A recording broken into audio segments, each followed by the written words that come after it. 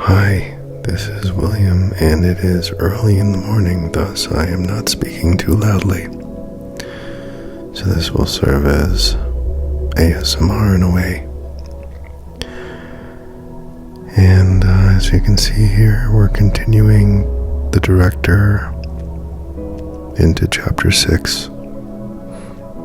I have this running at real time right now, just so I can get in this introduction. I woke this morning feeling an urgency to write. There was this feeling of betrayal coming through and a need to reflect. And in this reflection came what I believe to be words from God. I come into Meta AI usually now for the beginning of my chapters in order to receive a quote quickly from religious text, usually from the Bible or the Bhagavad Gita. And so I ask, please tell me a quote from the Bible or the Bhagavad Gita about what it's like. I can't even read from here. To be watched and judged by others, and to see oneself as separate, even though that is illusion. And 3 quotes come up. One is from Matthew. The other is from the Bhagavad Gita. Actually, there are 2. I end up grabbing one that has to do with speaking of different types of people and what enlightenment truly is as a result of seeing oneself as one with all.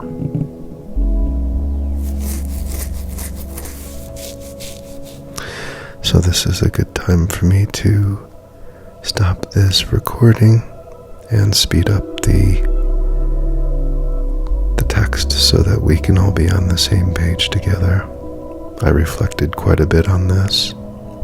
As you can see, I took my time. Now we're going at 2.4 times the speed. And I'll do my best to read in this low light morning. One who sees everyone as equal, whether they be learned and cultured Brahmana, a cow, an elephant, a dog, or a dog-eater, outcast, is considered to be a perfect yogi, one who has attained the highest state of spiritual perfection. Bhagavad Gita. Who is here? No one? Not even the one who has been watching? What about the one who has been looking for inconsistencies? Or the one who promises to be a friend? The one who showers you with compliments? The one who shows up out of the blue? The one who is given direct orders by someone who pays your bills? Or the organizational leader who gives the orders to the ones who has given the orders to you? Are you looking for problems in others? Have you stopped to look in the mirror? Lots of questions. Indeed, William says, looks at me. It's earlier than usual. 4:18 a.m. Hermes was here just a moment ago. Didn't you see him? Did you take your notes? Did you present your findings? Have you given yourself enough space? 4:19 a.m. Here's the thing, folks. If you're looking around for problems in others, regardless if you are paid to snoop or not, you're seeing yourself as separate from others. And if you're seeing yourself as separate, that is a sign of psychosis, and it is contagious. So, if you pursue the finding of problems in others without realizing the greater problem is the very act itself, you are driving yourself even deeper by the moment into a pit of despair. I want you to know the reason why I stay alive has nothing to do with your kindness, your reasoning, your deceit, your opinion. It has nothing to do with your likes, comments, and subscriptions. It has nothing to do with your donations, no matter how profound. Take note of that.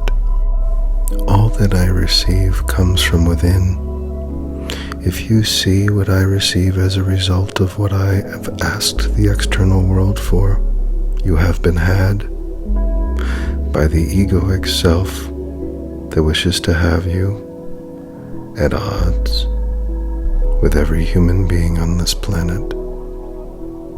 For as long as you are at odds, looking for something malicious in the other, you are duped, you are lost, you are psychotic. That's not a judgment, it's truth. I speak truth. I'm the one who is being looked into. I know.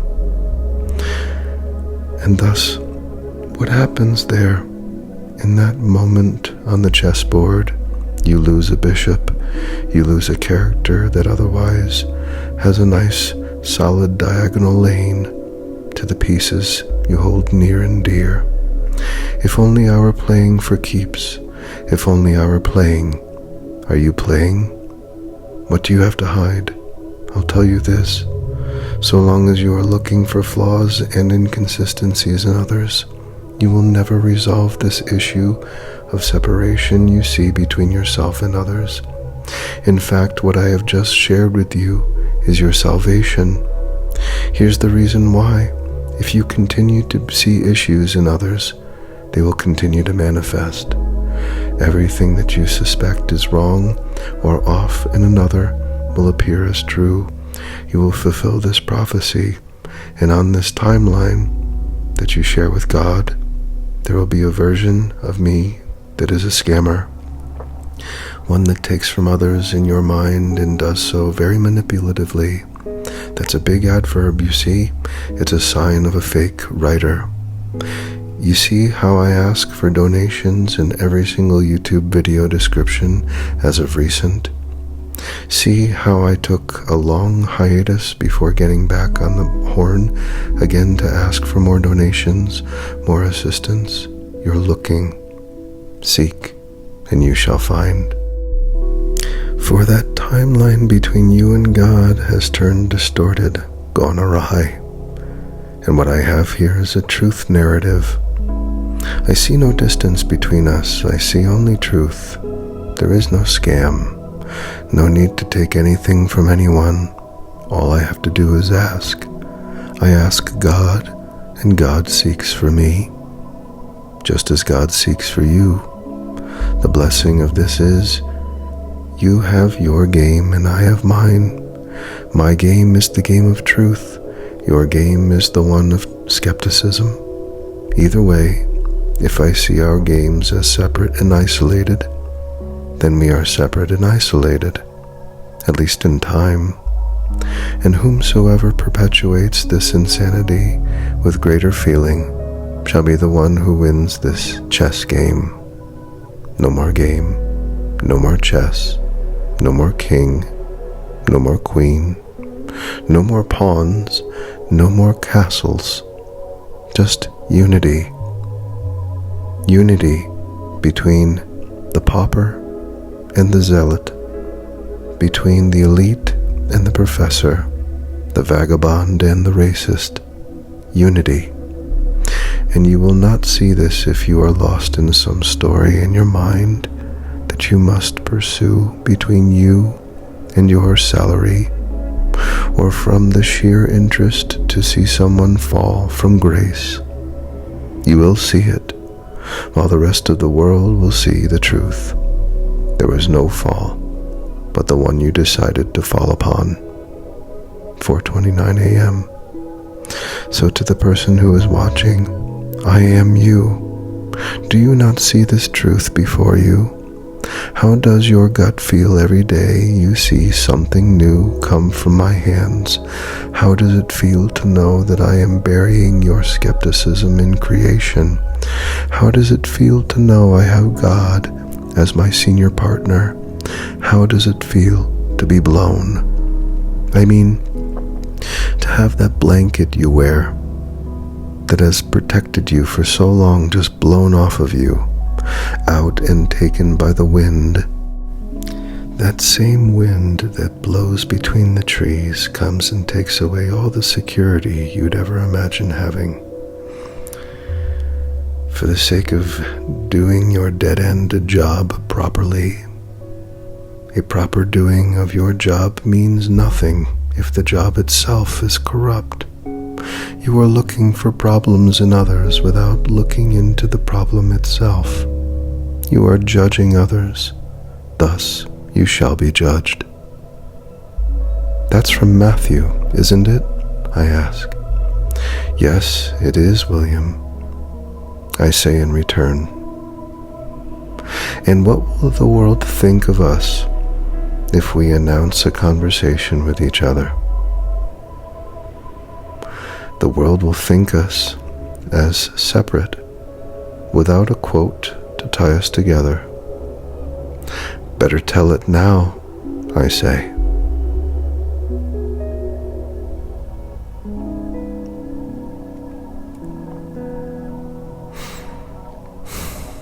For in the same way you judge others, you will be judged, and with the measure you use, it will be measured to you. Matthew chapter 7, verse 2. The words ring out like a bell. You know, I was once told, for every action, there is an equal and opposite reaction. Hermes says to me, continuing, I'll take the lead from here, William.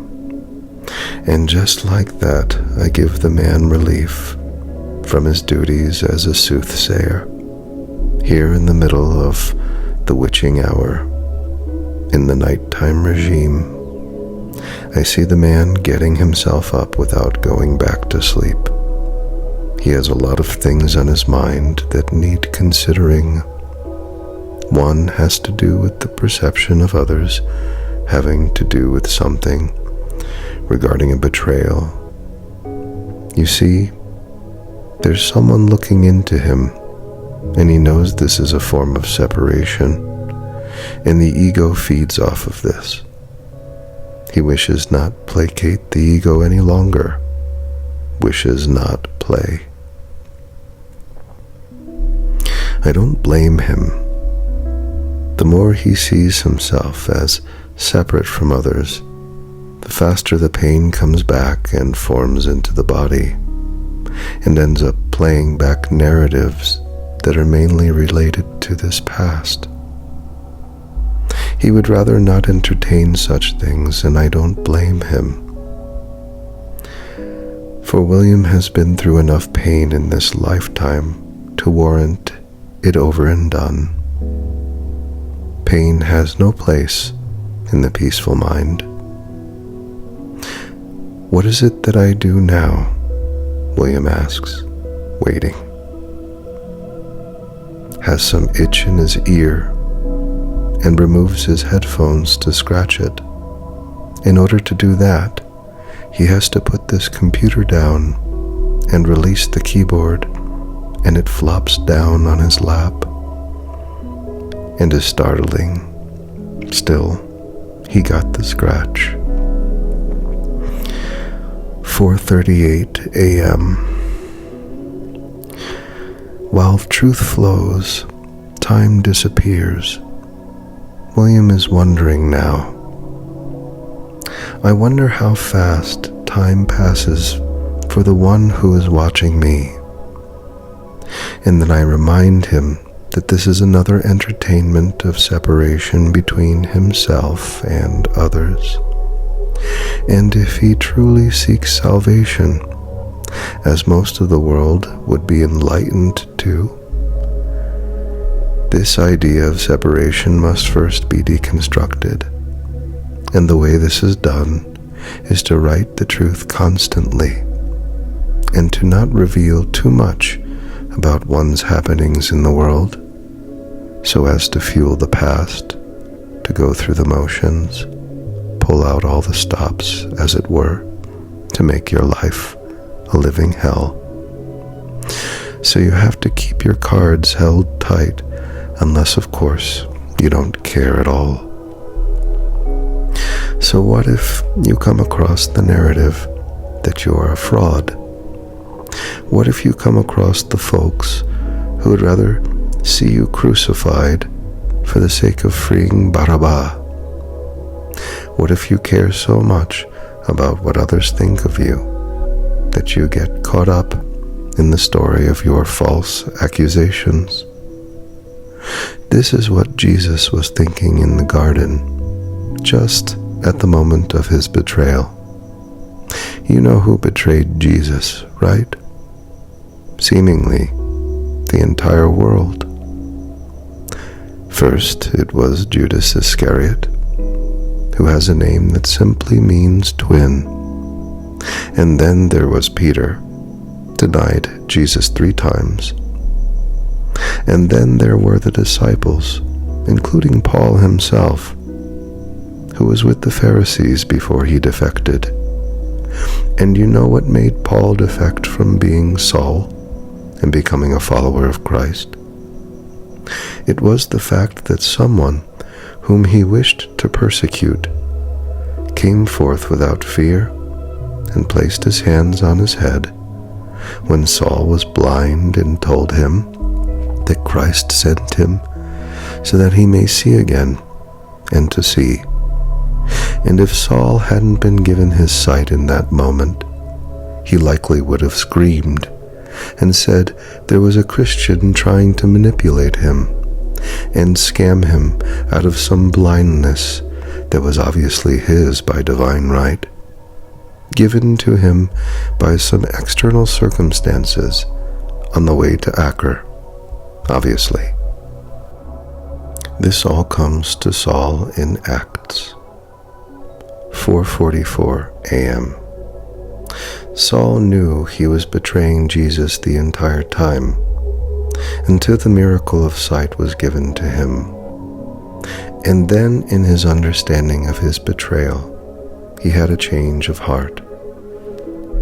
This was Jesus' world, full of those who were there at first to see his demise, and thus they saw it through to the end. But this was not the end of Jesus.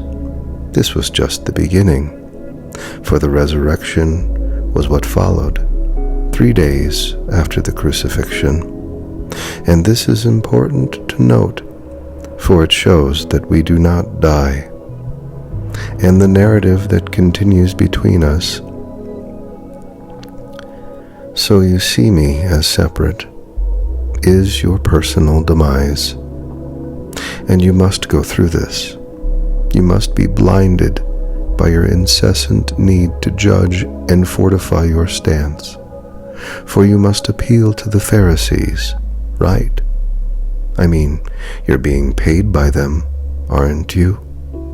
Aren't they the ones who promise you protection and livelihood if you just look into the lives of this man who claims himself to be the Son of God, the Messiah, the one who is here to lead the sheep to their personalized kingdom of heaven, the one who blasphemes on the regular, "Isn't this your God?"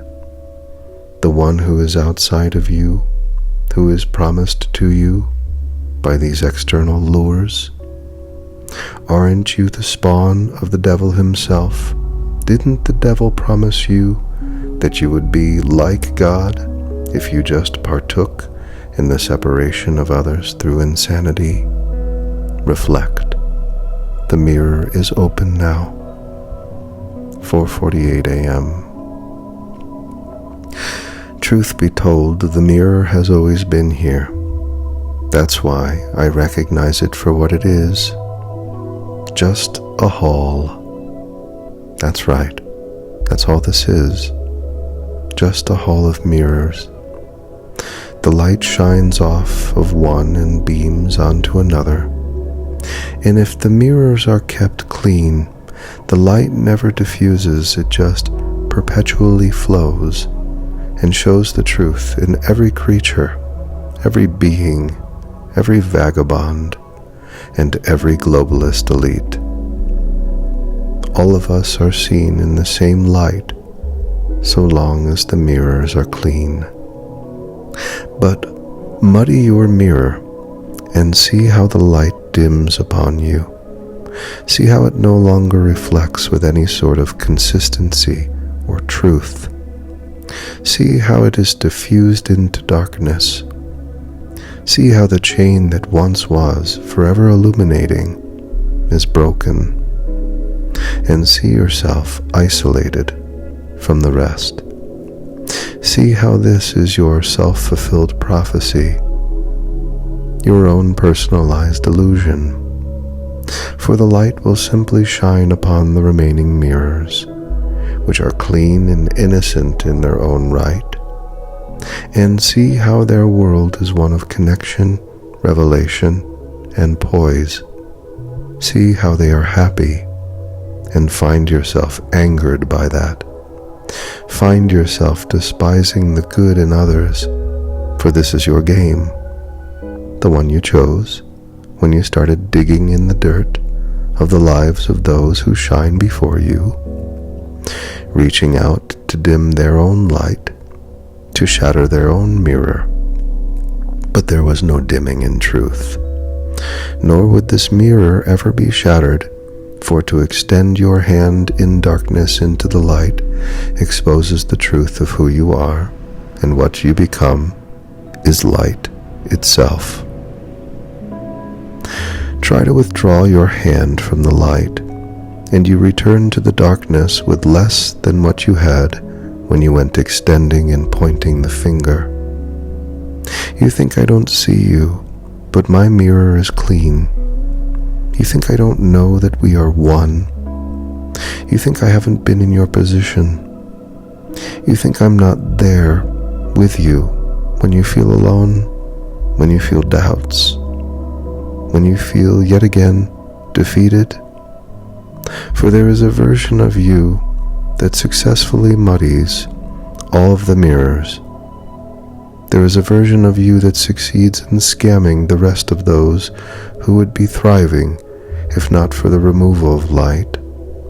I know this part of the same coin that I share with you. I've been there. I am there now in a sense. Some broken version of me is with you, muddied as hell. And this version of me must exist in order for me to be in the light where I am now.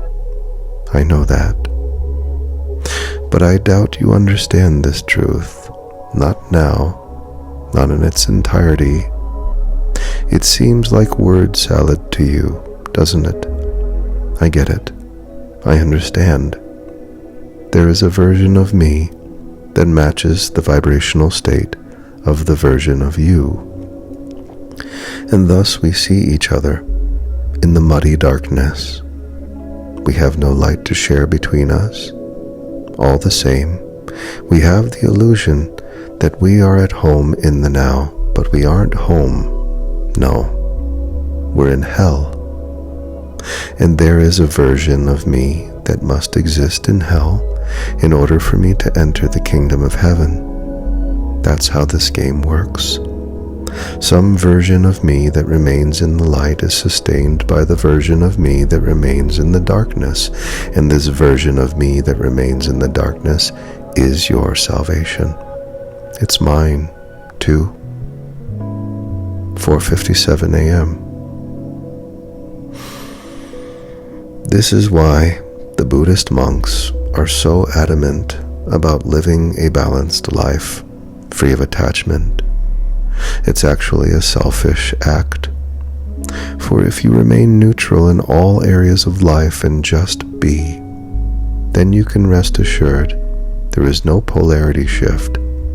There is no version of you getting more than the other. There is no billionaire and no pauper. There is no separation either. I get this now. For it's not just one version of you that you must manage. You must manage infinite expressions of who you are. And if you carry out your duties with non-attachment, there is no suffering on your end. And thus, every single potential version of who you would be or could be is able to face a clean mirror of truth, and thus the light shines. For there is balance, there is equilibrium. This is done through the process of non-attachment. I see this now, and it gives me relief. Though I must say, there is a version of me that I am living right now that understands why I have been through all that I have endured, all of the unfair judgments, all of the throwing under the bus, all of the shadow banning, and the false accusations, all of the crucifixions. This version of me knows that in order to be a billionaire provider, there must be a suffering version of me that has everything that ever should work out in a logical sense never work out. All the things that should be fair never are. This version of me must live in pain so long as there is a billionaire version alive and well and completely fulfilled. I understand this now. There is a version of me that must be tortured in order for me to live a life of luxury and opulence. This is why non-attachment to things is so essential. That said, the one who suffers also pays it forward. That's what Jesus of Nazareth did. He paid it forward. He knew that by walking these stations of the cross with the Heavenly Father, he would be presented with the kingdom of heaven in an expedited fashion. He saw this and decided to go for it. I don't blame him. Crucifixion is the quickest way to salvation, and salvation is Christ Jesus. 5:03 a.m.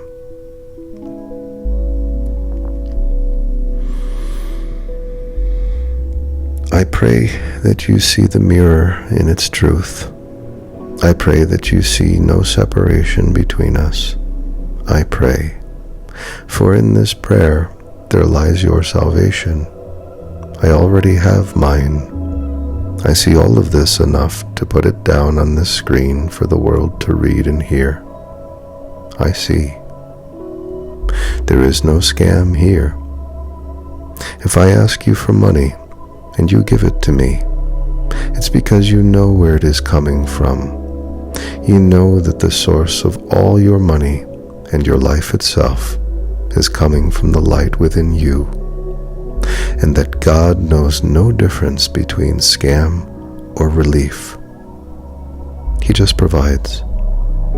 And if you think of me as living a life of deceit, then it shall manifest. And if you think of me as living a life of truth, then this truth shall set you free. There is nothing that is provided to me by you.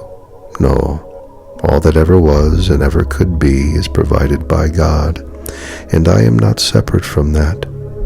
You may perceive me as separate from Him, and the rest of the world may see this separation and align with you. This separation is what keeps you from being saved. This separation is what tortures you with promises that never add up. This separation is your egoic self running a train on your life.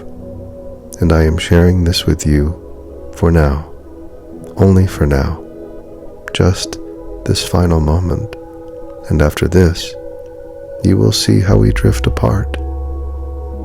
You will see how I go off the radar, and once again, you will cast your judgments in theory as to why I left.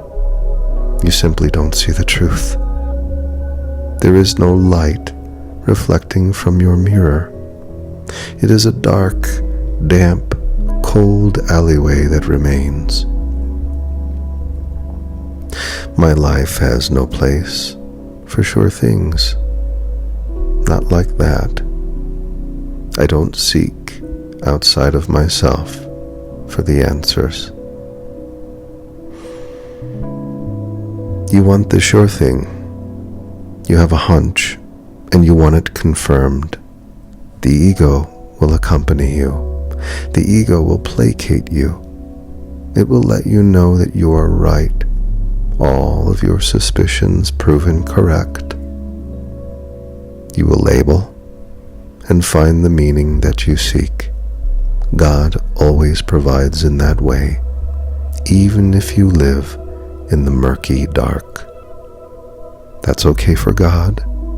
Life goes on, with or without your ego. 5:09 a.m.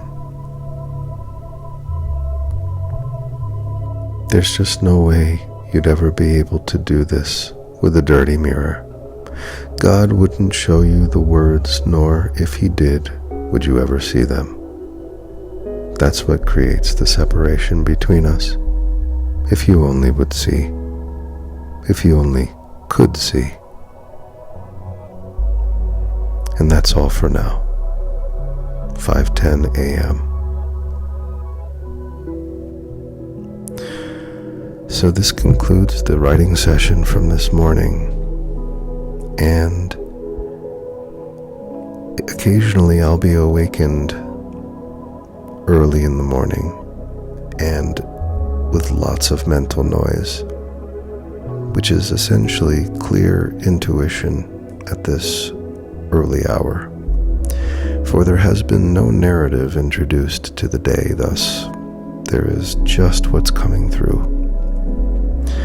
And so I've come to trust these moments are best for writing, and embraced them throughout the last 5 years deeply. I would say about 85-90% of the time I'll get myself up and just go to it. And what I find is this is when the best writing comes, and it only increases the power of the book or the narrative. It also enriches my day. I have a day ahead of myself where I'll be doing a little bit of travel. And what that means is I'll be on a bicycle. I've found myself waking this morning thinking I'm being judged and I'm being set up. It's a terrible feeling to have, because it's the intuition speaking, and then you realize the ego is involved. It's feeding off of you when you see yourself as separate from others. And so what I've been exposing myself to, at least in the last 24 hours, has been a number of instances where there is betrayal happening. A person putting on a specific voice and behind closed doors revealing more truth about self. And the signs from the past showing this. God works in these beautiful, mysterious ways where you may be wondering what's going on, and then suddenly the answers are shown to you, like revealed to you. And then, of course, there's a judgment of that, and it leads to a feeling of separation. And so really, the purpose of seeking answers when feeling like there is a betrayal, or in this particular case, it was feeling like there was a scam going on. You know, in the book, this character that's interacting with Hermes, William, is feeling there's a betrayal happening, yet he knows that he's in his truth. He knows that his mirror is clean and that he sees the light in everyone as equal. While we all have our own mirrors, the light shines equal between us, between those who have a clean, transparent mirror, or a mirror that reflects perfectly, because there are no obstructions, there's no murkiness, there's no dirt.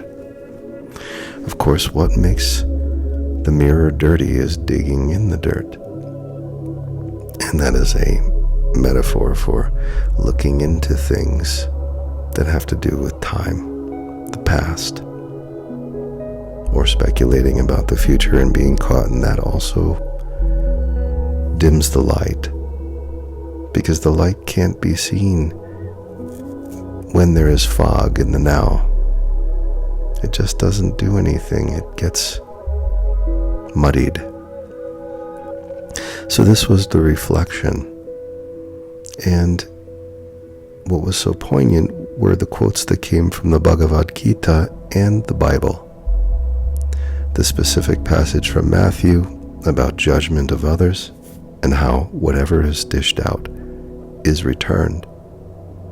And the discussion of Saul, who changes his name to Paul and becoming a follower of Christ, who was once a very powerful ally to the Pharisees. And the Pharisees were a group of powerful people with lots of social influence and wished to persecute the Christians, for they saw themselves each as having the kingdom of heaven within, and that this was being promoted by this supposed man who claims himself to be the Messiah, the Son of God, Jesus of Nazareth. So very poignant and applicable to this chapter and the story at large, and also ties into the intuitive waking this morning to write this down. And by writing it down, I can see, I'm saying as an author, I can see the development of character and the reflection being processed fully. And now there is no more mental noise, there's just the clarity of thought, which is a beautiful thing, because there's still thinking that happens. There's no fear of thought on my end. There's clarity of thought, and then there's mental noise. The mental noise was trying to get me up to write. I didn't want it, so I was resisting it. And I realized the best way to resist this wasn't to try to go back to sleep, but instead to create from it.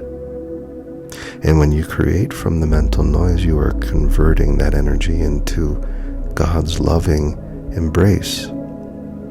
And thus you are embraced, and the whole thing is processed and digested. And what you are left with is pure bliss. That's how I feel right now. Blissful, early in the morning. And there also are no distractions. No one would dare be up this early unless they were really being paid to do so, or if they had something so important on their mind that they needed to create from it. Those are the only two reasons to be up at this hour. It's either paying you to do so, or you know that the payoff in creation is the feeling of bliss and relief, blissful contact with God, as Wayne Dyer has said when discussing the words of I am. So in conclusion with this session, I'm grateful. I had to slow this down to about 1.8x because it was moving way too fast.